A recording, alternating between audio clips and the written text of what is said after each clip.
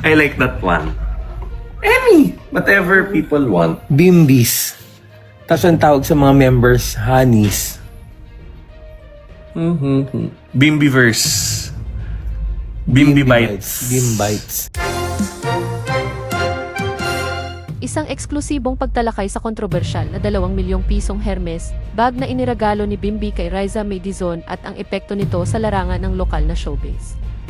Magandang araw sa lahat ng ating mga taga-subaybay at malugod na pagtanggap sa ating pinakabagong episode dito sa ating channel kung saan ating hihimayin at susuriin ng paitaas at paibaba ang pinakamainit, pinakamalaki at pinakakontrobersyal na balitang umaalinggaw ngayon sa buong industriya ng Philippine entertainment. Isang napakalaking usap-usapan at matinding talakayan ang kasalukuyang nagpapakalampag sa larangan ng media at sa mga pangunahing social media platforms matapos maglabasan ang mga hindi inaasahang ulat tungkol sa isang napakalaking galaw na naganap sa pagitan ng dalawa sa pinakasikat at pinakakilalang young personalities sa bansa ngayong henerasyon. Ayon sa ating mga nakalap na napakalalim na panloob na impormasyon mula sa mga tinaguriang pinagkakatiwalaang industry insiders, opisyal na inihayag at nabunyag ang isang eksklusibong eksena kung saan diumano ay personal na iniragalo ni Bimbi Aquino Yap ang isang kulay orange na luxury Hermes bag na may kabuuang halaga na nagmamarka sa mahigit 2 milyong piso para sa kanyang napakalapit na kaibigan at kasamahan sa industriya na si Riza May Dizon. Ang hindi inaasahang hakbang na ito ay agad na lumikha ng isang napakalaking usap-usapan, matinding pagkabigla, at napakainit na debate sa gitna ng mga kritiko, mga tagahanga, at mga batikang tagamasid ng larangan ng lokal na showbiz, dahil sa napakataas na halaga nito at sa napakalalim na simbolo na ibinibigay ng naturang regalong ito sa pananaw ng buong publiko. Sa aming napakamasusing pagsusuri at malalim na pagbalangkas sa likod ng kontrobersyal na kaganapang ito. Ang eksenang ito ay malinaw na hindi lamang isang simpleng pagpapakita ng kagandahang loob o isang karaniwang regalo ng magkaibigan sa larangan ng pampublikong pamumuhay, kundi isang napaka-estratehiko at makabuluhang hakbang na lalong nagpapatunay sa lumalaking impluensya ng tinaguriang maybe narrative sa lokal na larangan ng fake culture. Ang pagbibigay ng isang bagay na may ganoong katayog na halaga at walang kapantay na karangya ay tila isang napakalinaw at napakatapang na mensahe mula kay Bimbi na nagpapakita na patuloy niyang itinutuloy, itinataas, at pinapaypayan ang legasya at natatanging estilo ng kanyang ina na si Kris Aquino na kilala sa buong bansa bilang ang nag-iisang queen of all media. Ang ganitong uri ng galante at napakaluhong pamumuhay, kasama na ang pamimigay ng mga mararangyang regalo sa mga malalapit na tao sa buhay, ay matagal nang naging opisyal na tatak at pagkakakilanlan ng pamilya Aquino sa mata ng publiko. At sa pamamagitan ng kontrobersyal na galaw na ito, tila ipinapasa na ng buong husay ni Bimbi ang ganitong antas ng napakataas na impluensya at natatanging karangya sa kasalukuyang henerasyon ng mga kabataang artista at personalidad sa buong bansa sa kabilang banda ng napakalaking isyong ito. Ang kontrobersyal na kaganapan ay nagdulot din ng isang napakalaki at napakabilis na pagbabago sa kabuuang imahe at persepsyon ng publiko sa dating tinaguri ang aling maliit na si Riza May Dizon. Mula sa kanyang napakabababang pagsisimula bilang isang maliit at maamong batang komedyante at mahusay na host sa pambansang pangkatang tanghaling programa, ang opisyal na pagtanggap niya sa isang 2 milyong pisong Hermes bag ay formal at mabilis na nagluklok sa kanya sa isang ganap na bagong antas ng kasikatan bilang isang high fashion showbiz icon at ganap na dalaga sa larangan ng aliwan. Ang napakabilis na transisyong ito ay hindi lamang nagpapakita ng kanyang personal na pag-unlad, pag-mature, at tagumpay sa kanyang piniling karera, kundi agad ding nagbubukas ng napakalawak na pinto para sa mga panibago at malalaking oportunidad sa larangan ng luxury brand endorsements.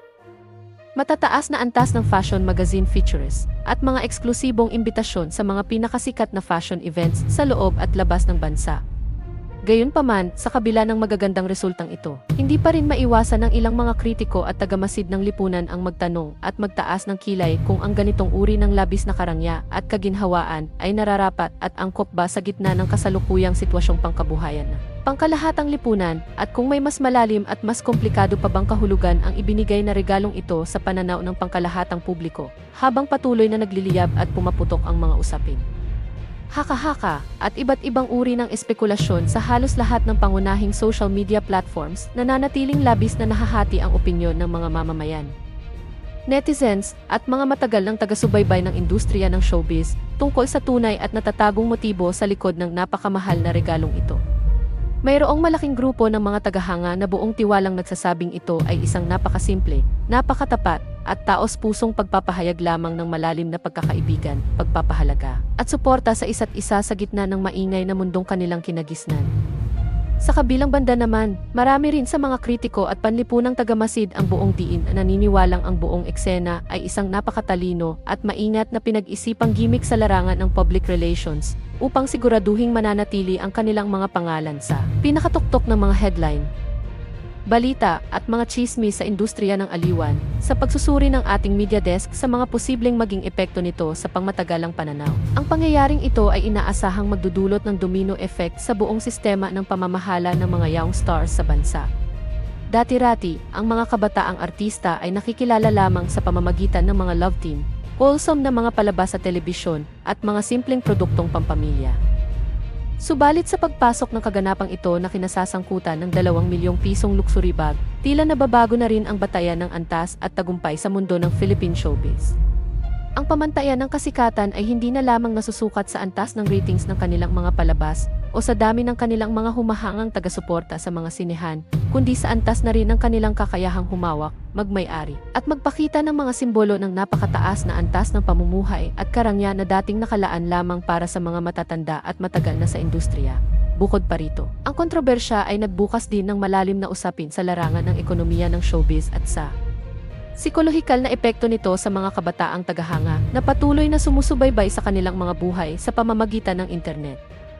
Habang ang karamihan sa mga kabataan ay nagsusumikap sa kanilang pang-araw-araw na pag-aaral at paghahanap buhay, ang paglitaw ng ganitong uri ng napakalaking halaga para sa isang solong kagamitan ay nagdudulot ng magkahalong pagkamangha at pagninilay-nilay sa pagitan ng agwat ng pamumuhay ng mga kilalang personalidad at ng ordinaryong mamamayan.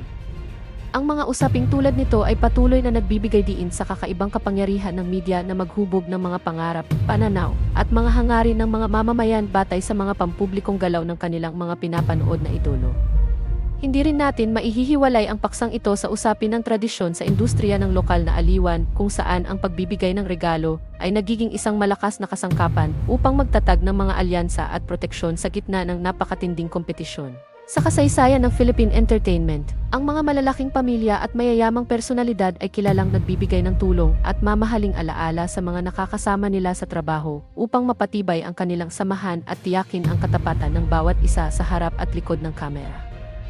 Ang galaw ni Bimby kay Riza May ay tila isang modernong pagpapatuloy ng ganitong uri ng pamamaraan na mas pinatindi pa at mas pinalaki ng makabagong teknolohiya at bilas ng pagkalat ng impormasyon sa buong mundo. Paano nga ba tuluyang babaguhin ng ganitong uri ng napaka-kontrobersyal na usapin ang mismong takbo ng karera, imahe, at mga hinaharap na proyekto ni Bimby at Riza May Dizon sa mga susunod na buwan at mga darating pang taon? Isang bagay lamang ang napakalinaw at siguradong-sigurado sa kasalukuyang panahon, ang Maybe narrative ay opisyal nang nag-iwan ng isang napakalaking marka, malalim na bakas, at hindi mabuburang kasaysayan sa larangan ng Philippine entertainment media na patuloy na pag-uusapan, susuriin, at aabangan ng buong madla sa bawat susunod nilang galaw, desisyon, at pahayag sa harap at sa likod ng mga kamera.